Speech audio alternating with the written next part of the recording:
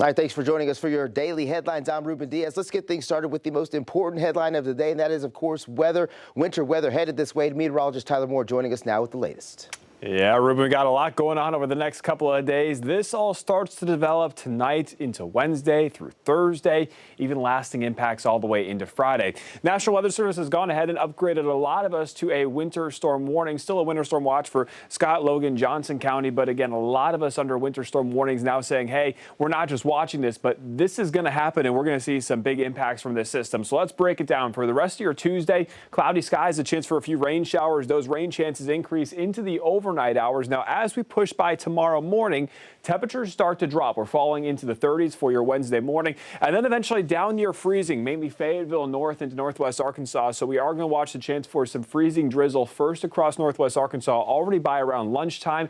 That continues through the afternoon hours. Then we get this big push of moisture by the evening hours Wednesday. That's when things are really going to go downhill across the areas by dinner time and into the overnight hours as temperatures continue to drop across northwest Arkansas and then down into the River Valley too, with some heavy snow then falling across northwest Arkansas, freezing rain and sleet for a lot of the River Valley all the way into the early morning hours here on Thursday. And it's going to continue throughout the day on Thursday with a lot of us seeing sleet, snow and freezing rain. When it's all said and done by the end of Thursday and a Thursday night, we're going to see some significant ice accumulations. Now, a lot of the models are hinting towards I-40, mainly off to the east there of Fort Smith, so towards Clarksville, Ozark, potentially picking up a quarter to a half inch, and then another bullseye down towards McAllister. But in the Fort Smith area itself, we're looking at about a 10 to a quarter of an inch. Still subject to change. We could see this shift or expand, so we're going to watch some of these ice totals, but still enough to bring some power outages across the area, mainly down into the River Valley. For northwest Arkansas, the big story is those snowfall accumulations actually increasing over the last 24 hours. Now several inches of snow, and there is some wiggle room that we could see some isolated pockets even higher than that. So we're going to watch some of these snowfall totals, but still also in the River Valley on top of some of that ice, we're going to finish out with a little bit of snow. So we could see about 1 to 3 inches for most of the River Valley of sleet and snow accumulation on top of some of that ice. So a very messy weather pattern heading our way as we work our way through your Wednesday into Thursday. Again, we're going to watch that changeover in northwest Arkansas during the late morning hours tomorrow into the afternoon hours for your Wednesday, continuing through Thursday. For the River Valley, just going to take a little bit longer for that transition over to freezing rain and sleet by Wednesday evening into Wednesday night, continuing into Thursday. But then Ruben will finally get more sunshine towards the weekend. I appreciate that. Now let's get you all caught up on what's going on around the area. Here's your daily headlines. Now, 2 of Little Rock's historically black colleges were among several HBCUs that received bomb threats nationwide. According to a Little Rock Police Department report, Philander Smith College and Arkansas Baptist College were both targeted.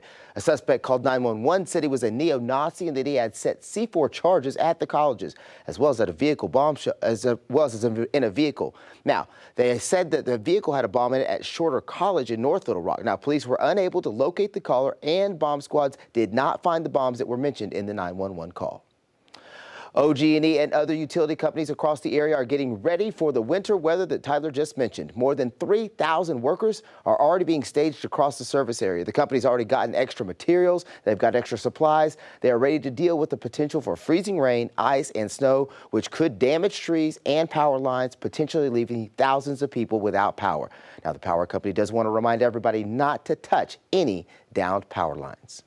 And don't forget, you can watch the governor's press conference today live right here on our 5 News Facebook page. It's going to start at 1:30 today. We'll also have highlights on your 5 News at 4, 5, and 6 at 10, as well as, of course, 5 News online as well, all the time to get you caught up on the very latest COVID information that you need to know. Those are some of the top headlines for you. Thank you so much for joining us. I'm Ruben Diaz. Remember, you can always stay up to the minute with us by everything you need to know on your evening news on your 5 News at 4, 5, and 6. Have a great day.